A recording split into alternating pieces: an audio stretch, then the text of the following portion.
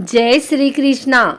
आज शनिवार के दिन आइए सुनते हैं शनिदेव और सूर्यदेव की यह कथा। धर्म ग्रंथों के अनुसार सूर्य की द्वितीय पत्नी के गर्भ से शनिदेव का जन्म हुआ। जब शनिदेव छाया के गर्भ में थे तब छाया भगवान शंकर की भक्ति में इतनी ध्यान मग्न थी कि उसने अपने खाने पीने तक शुद्ध नहीं थी, जिसका प्रभाव उसके पुत्र पर पड़ा और उसका वर्ण श्याम हो गया। शनि की श्याम वर्ण को देखकर सूर्य ने अपनी पत्नी छाया पर आरोप लगाया कि शनि मेरा पुत्र नहीं है। तभी से शनि अपने पिता से शत्रु भाव रखते हैं।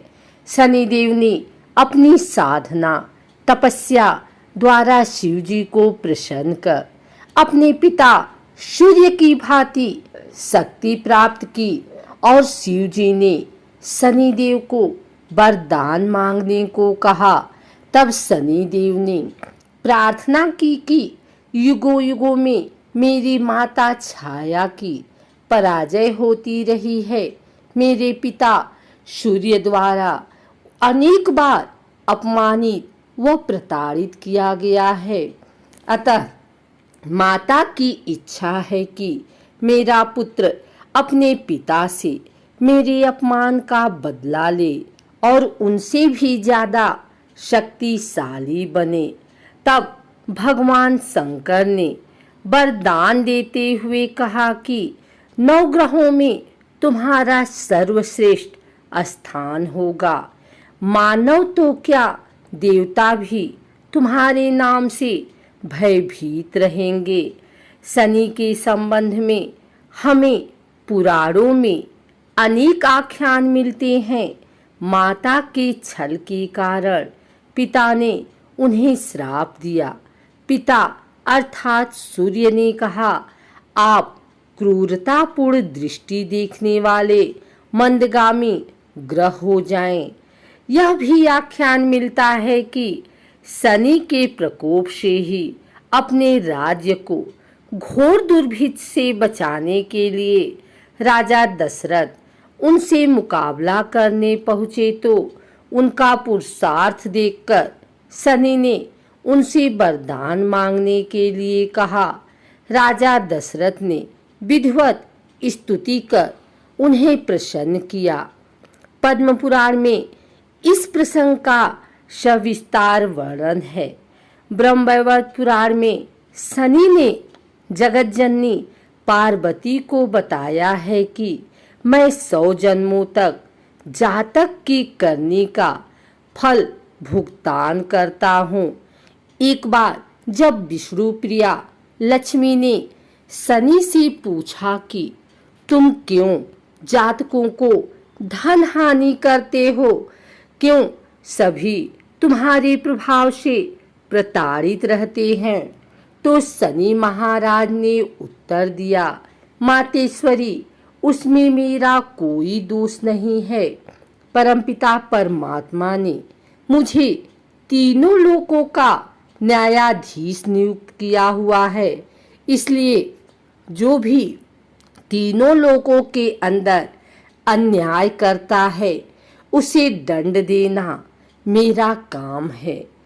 एक आख्यान और मिलता है कि किस प्रकार से ऋषि अगस्त्य ने जब शनि देव से प्रार्थना की थी तो उन्होंने राक्षसों से उनको मुक्ति दिलवाई थी।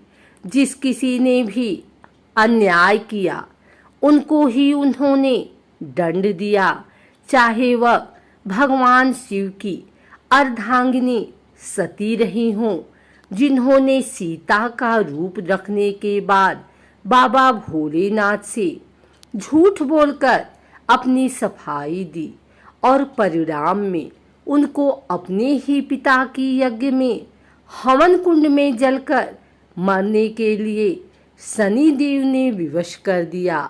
अथवा राजा हरिश्चंद्र रहे हों, जिनके दान देने के अभिमान के कारण सप्तनिक बाजार में बिकना पड़ा और शमशान की रखवाली तक करनी पड़ी।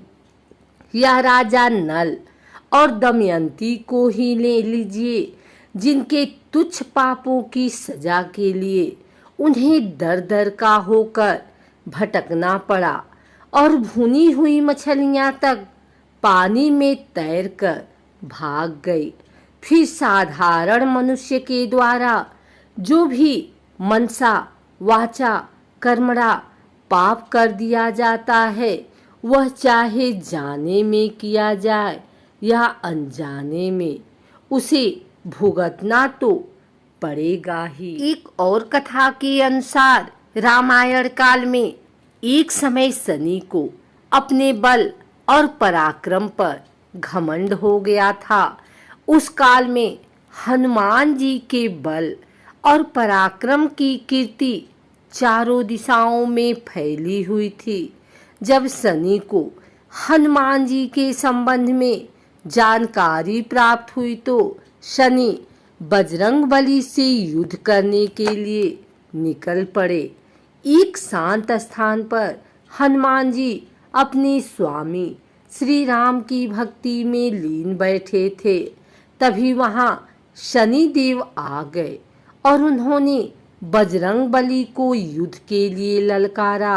युद्ध की ललकार सुनकर हनुमान जी शनि देव को समझाने का प्रयास किए, लेकिन शनि देव नहीं माने और युद्ध के लिए आमंत्रित करने लगे।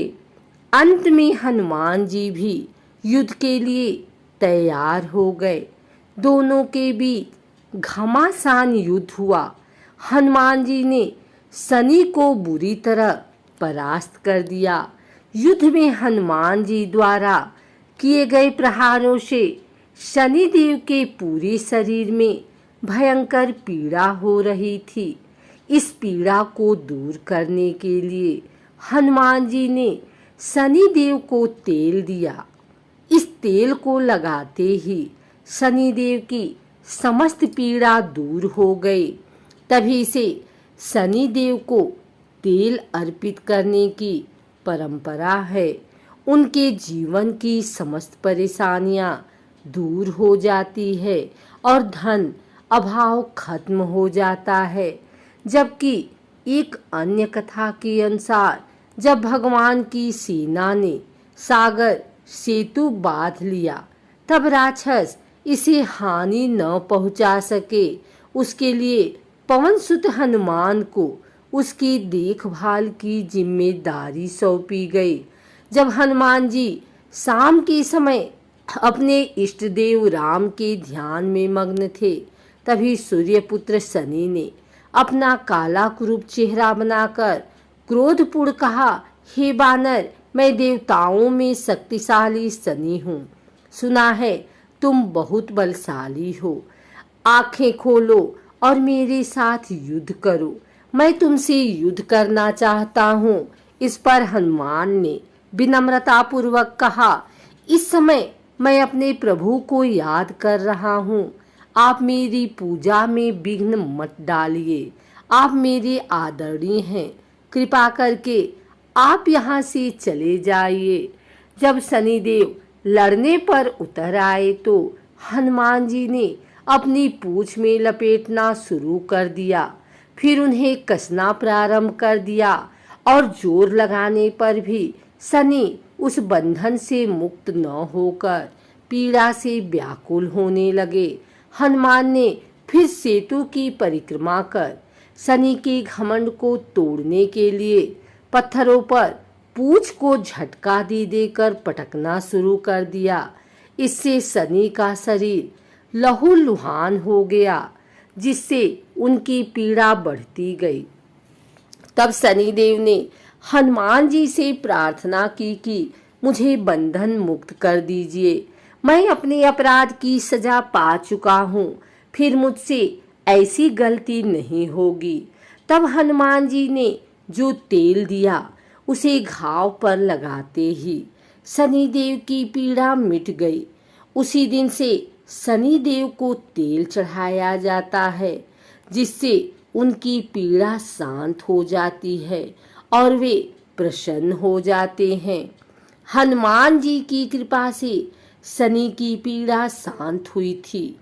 इसी वजह से आज भी शनि हनुमान जी के भक्तों पर विशेष कृपा बनाए रखते हैं।